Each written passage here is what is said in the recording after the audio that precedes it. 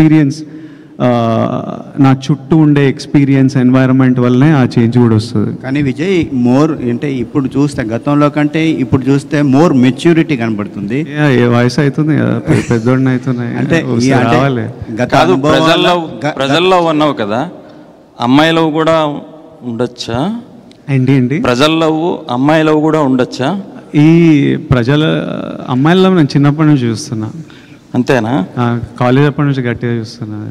విజయ్, ఈ మెచ్యూరిటీకి గత అనుభవాలు కారణమా, లేకపోతే ఈ క్యారెక్టర్ వల్ల ఏమన్నా చేంజ్ ఓవర్ వచ్చిందా? సారీ, మళ్ళీ సినిమాలో క్యారెక్టర్ వల్ల ఏమన్నా చేంజ్, మెచ్యూరిటీ ఏమన్నా వచ్చిందా, లేకపోతే గత అనుభవాలను దృష్టిలో పెట్టుకొని ఏమన్నా? లైఫ్ నేర్పిస్తుంది అన్ని. మొన్న హాలీవుడ్ రిపోర్టర్కి ఇంటర్వ్యూ ఇచ్చారు కదా, నెపోటిజం అని, దానిపైన ఏంటి అంటే మీ ఒపీనియన్ ఏంటి అసలు దానిపైన? నేనేం చెప్పినా ఒకసారి చెప్తారా? నాకు గుర్తులేదు.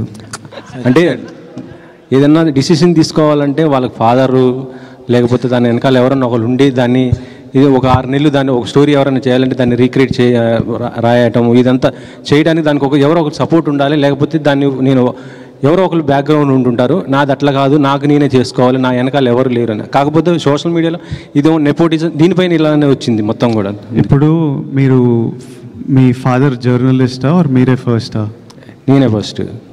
ఇప్పుడు నాకు కొడుకు వచ్చి వాడు యాక్టర్ అవుదాం అనుకున్నప్పుడు వానికి నా ఎక్స్పీరియన్స్ అంతా వానికి వస్తుంది.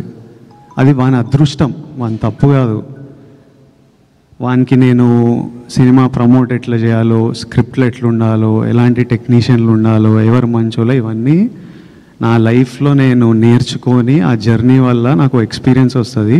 అది నా చుట్టూ ఉన్న వాళ్ళకి, నా కొడుకు వాడు యాక్టర్ అయితే వానికి పనికి వస్తుంది. అది వాని అదృష్టం. ఆ అదృష్టం నాకు లేకుండే. So what I'm saying was that I had to figure